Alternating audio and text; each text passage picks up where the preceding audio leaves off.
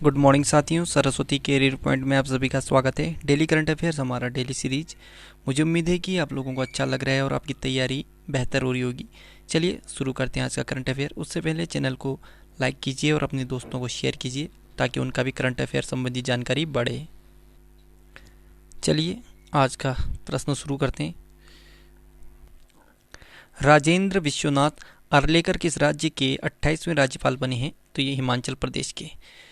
राज्यपाल संविधान के किस अनुच्छेद में कहा गया है? तो राज्यपाल ये जो शब्द है अनुच्छेद 153 में कहा गया है। ठीक है। और संविधान के किस अनुच्छेद में कहा गया है कि राज्य की समस्त कार्यपालिका का शक्ति राज्यपाल में निहित होगी? तो ये 54 में कहा गया है।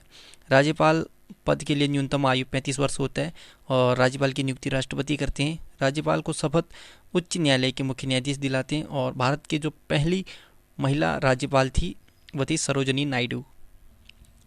भारत का स्वदेशी डिजिटल ऐप भीम यूपीआई को पहली बार किस देश में लॉन्च किया गया है? तो ये भूटान में। ठीक है। भीम का फुल फॉर्म है Bharat interface for money, Bhim है। ठीक है।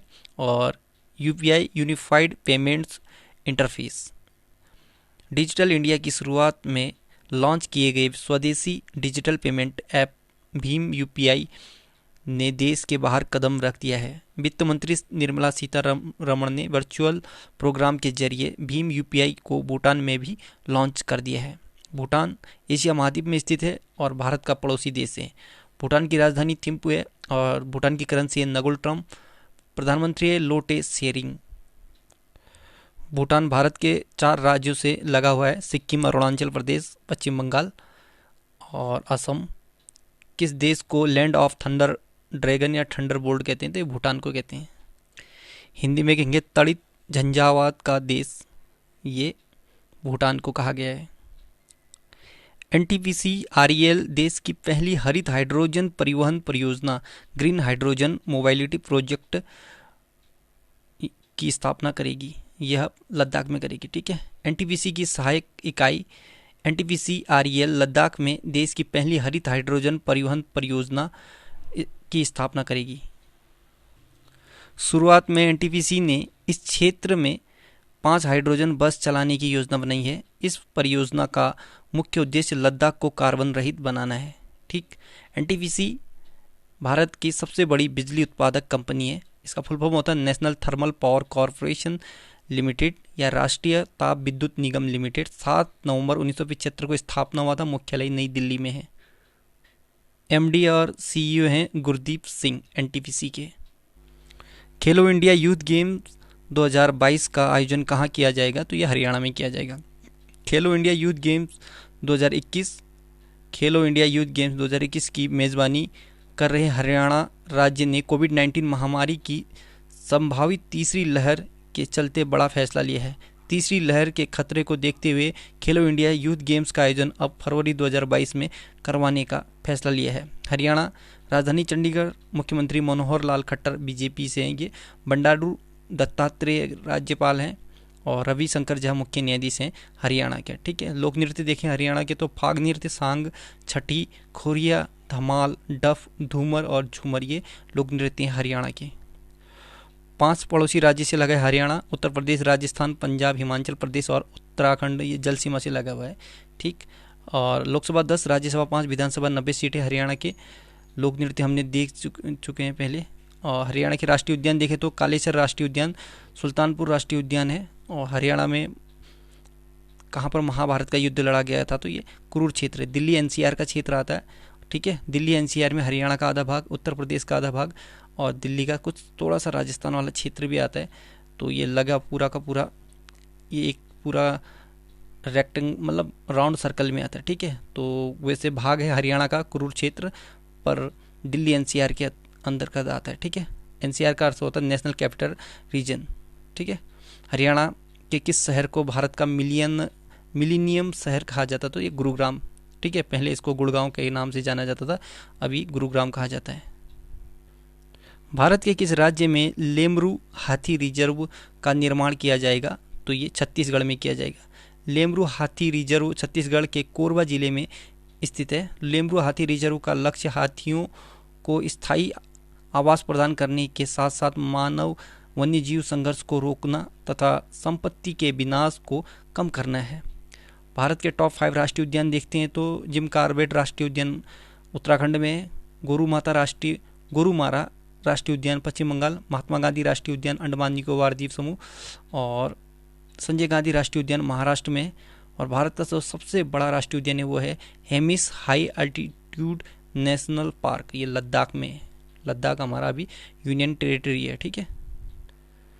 भारतीय नौसेना में 10वां पनडुब्बी रोधी युद्धक विमान P-8I को शामिल किया गया है। इसका निर्माण किस कंपनी ने किया है? तो ये बोइंग ने किया है, ठीक है।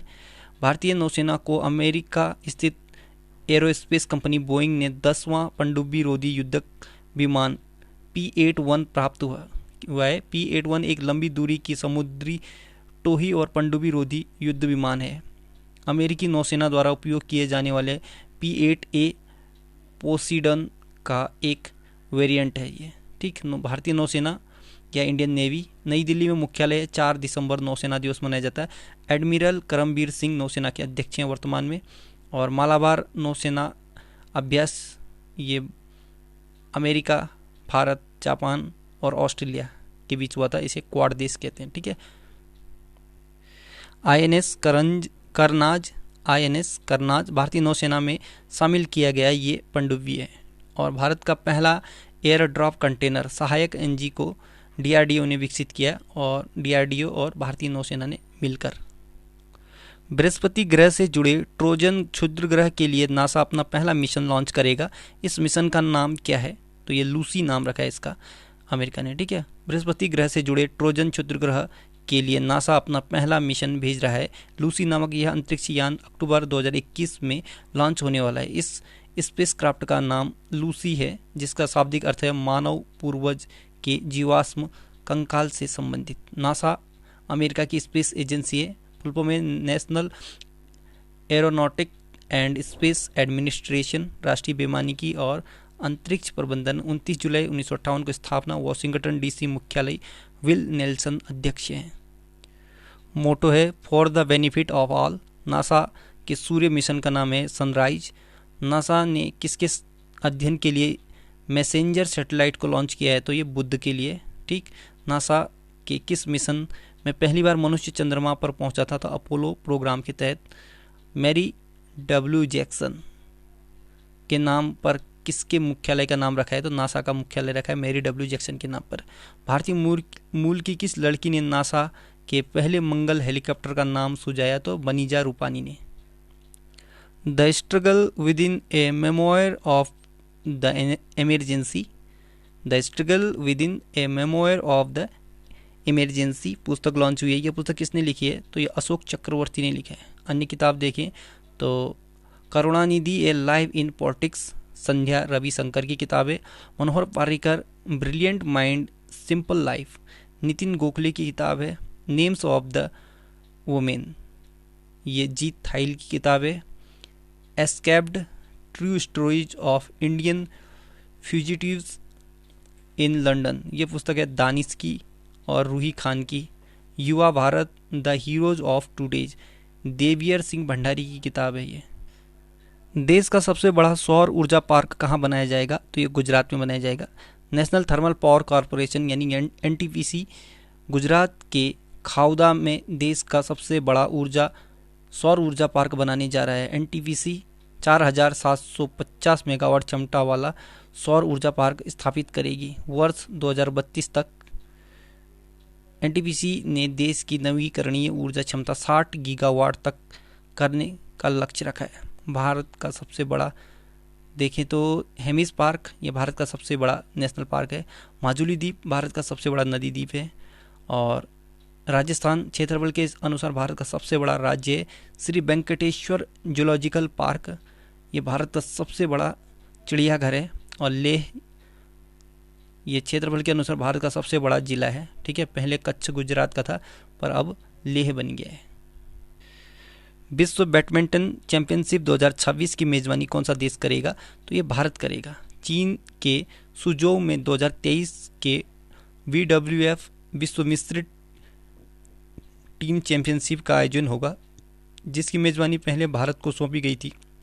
भारत ने 2026 में BWF विश्व चैंपियनशिप की मेज़बानी स्वीकार कर ली है। यह दूसरी बार होगा जब भारत इस प्रीमियर टूर्नामेंट की मेज़बानी करेगा, जो ओलंपिक वर्ष को छोड़कर हर साल आयोजित किया जाता है। भारत ने हैदराबाद में साल 2009 में अंतिम बार BWF विश्व चैंपियनशिप की मेज़बानी की थी।